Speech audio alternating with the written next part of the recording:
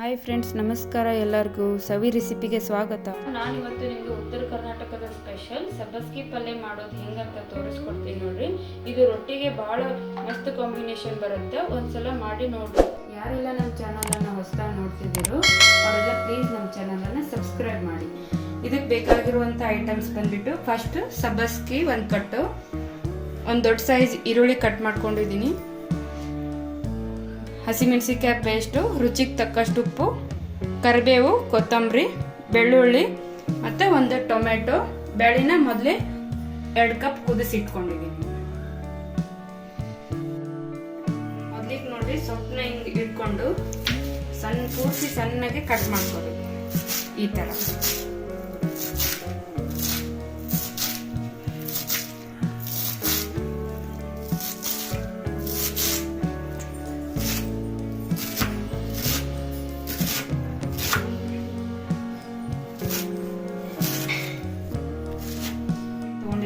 ಅದನ್ನು ಕೂಡ ಹಿಂಗೆ ಸಣ್ಣಗೆ ಕಟ್ ಮಾಡ್ಕೋಬೇಕು.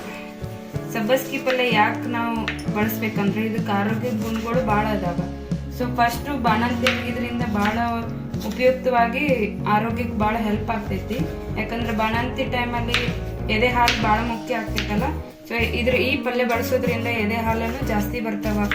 ಮತ್ತು BP ಶುಗರ್ ಪೇಷಂಟ್ ಏನಿರ್ತಾರ, ಸೊ ಅವರು ಕೂಡ ಇದನ್ನು ಬಳಸ್ಬೋದು. ವಾರದಾಗ 1-2 ಸಲ ಬಳಸ್ರಿ.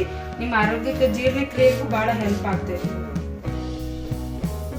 ಇದು ಒಂದು ದೊಡ್ಡ ಸೈಜ್ ಬೆಳ್ಳುಳ್ಳಿ, ಇದನ್ನು ಸುಲಿದು ಇಟ್ಕೊಂಡಿನಿ. ಸೊ ಇದನ್ನು ನಾವೆಲ್ಲ ಈ ಥರ ಕುಟ್ಕೊಂಡು ಸ್ಮ್ಯಾಶ್ ಮಾಡ್ಕೋಬೇಕು. ಈ ಥರ ಹಾಕಿದ್ರೆ ಫ್ಲೇವರ್ ಚೆನ್ನಾಗಿ ಬರುತ್ತೆ. ಈ ಥರ ಇರ್ಬೇಕು ನೋಡ್ರಿ. ಹಿಂಗೆ ಹಾಕೋದ್ರಿಂದನೂ ಬೆಳ್ಳುಳ್ಳಿ ಫ್ಲೇವರು ಪಲ್ಯ ತುಂಬ ಚೆನ್ನಾಗಿ ಬರ್ತೈತಿ.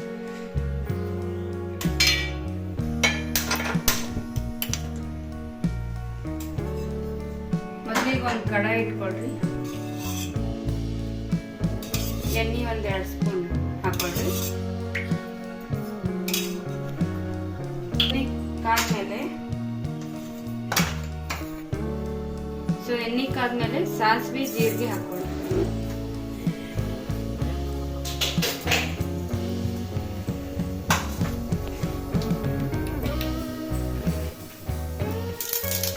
ಏನು ಬೆಳ್ಳುಳ್ಳಿ ಕುಟ್ಟಿ ಇಟ್ಕೊಂಡಿರೋದು ಇದು ಹಾಕ್ತೀನಿ. ಸೊ ಇದೆಲ್ಲ ನೀಟಾಗಿ ಫ್ರೈ ಆಗಬೇಕು.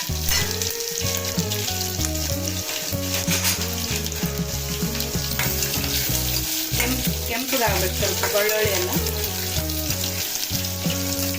ನೋಡ್ರಿ ಕಲರ್ ಚೇಂಜ್ ಆಗ್ತೈತಲ್ಲ. ಸೊ ಬೆಳ್ಳುಳ್ಳಿ ಎಲ್ಲ ಕೆಂಪಗಾದ್ಮೇಲೆ ಏನು ಮೊದಲೇ ಹೆಚ್ಚಿಟ್ಕೊಂಡಿದೀವಲ್ಲ ಈರುಳ್ಳಿ ಎಲ್ಲ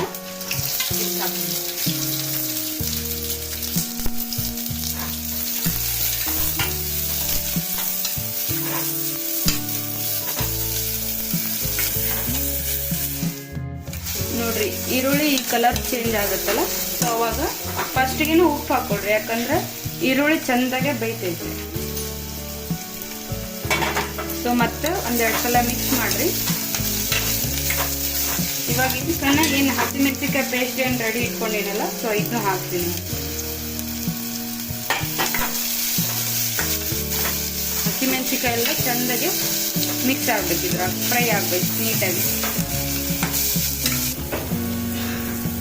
ನೆಕ್ಸ್ಟ್ 1 ಟೇಬಲ್ ಸ್ಪೂನ್ ಅರಿಶಿನ ಹಾಕಿ.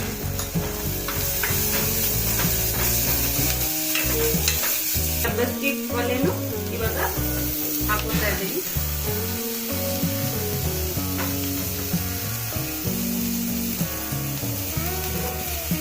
ಈ ತರ ಎಲ್ಲ ಮೆತ್ತಗೆ ಫ್ರೈ ಆಗಬೇಕು, ನೀಟಾಗಿ ಫ್ರೈ ಮಾಡ್ಕೋಬೇಕು ಸಬ್ಬಸ್ಗಿ ಎಲ್ಲ. ಸೊ ಆಮೇಲೆ ಇದಕ್ಕೆ ಹೆಚ್ಚಿಟ್ಟಿರೋಂಥ ಟೊಮೆಟೊ ಏನು ಹೆಚ್ಕೊಂಡಿದ್ನಲ್ಲ ಅದನ್ನು ಕೂಡ ಹಾಕ್ತಾ ಇದ್ದೀನಿ.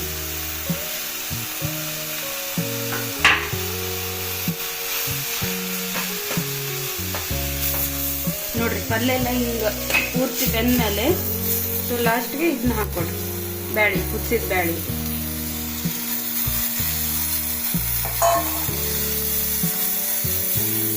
ಈ ಥರ ಚೆಂದಾಗಿ ಮಿಕ್ಸ್ ಮಾಡ್ಕೊಡ್ರಿ. ಒಳ್ಳೆ ಕಾಂಬಿನೇಷನ್ ಇರುತ್ತೆ ರೊಟ್ಟಿಗೆ.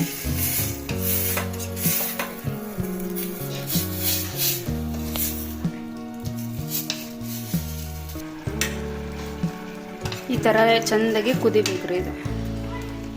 ನಮ್ಮವ್ವ ಹೇಳ್ತಿದ್ಲು ನೆಗಡಿ ಆದಾಗ ಕೂಡ ಈ ಸಬ್ಬಸ್ಗಿ ಪಲ್ಯ ಮಾಡ್ಕೊಂಡು ತಿಂದರೆ ನೆಗಡಿ ಹೋಗ್ತಿದ್ದಂತ. ನೀವು ಒಂದ್ಸಲ ಟ್ರೈ ಮಾಡಿ ನೋಡ್ರಿ.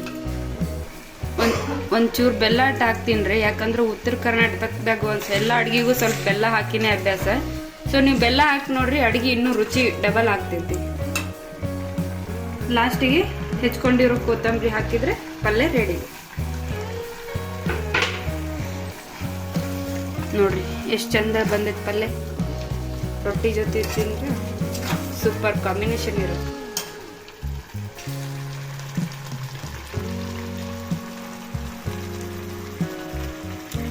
ನೋಡಿದ್ರಲ್ಲ ಫ್ರೆಂಡ್ಸ್, ಇನ್ನೂ ಹೆಚ್ಚಿನ ರೆಸಿಪಿಗಳಿಗಾಗಿ ಪ್ಲೀಸ್ ನಮ್ಮ ಚಾನಲನ್ನು ಸಬ್ಸ್ಕ್ರೈಬ್ ಮಾಡಿ ಮತ್ತು ನಿಮ್ಮೆಲ್ಲ ಫ್ರೆಂಡ್ಸ್ಗೂ ಶೇರ್ ಮಾಡಿ.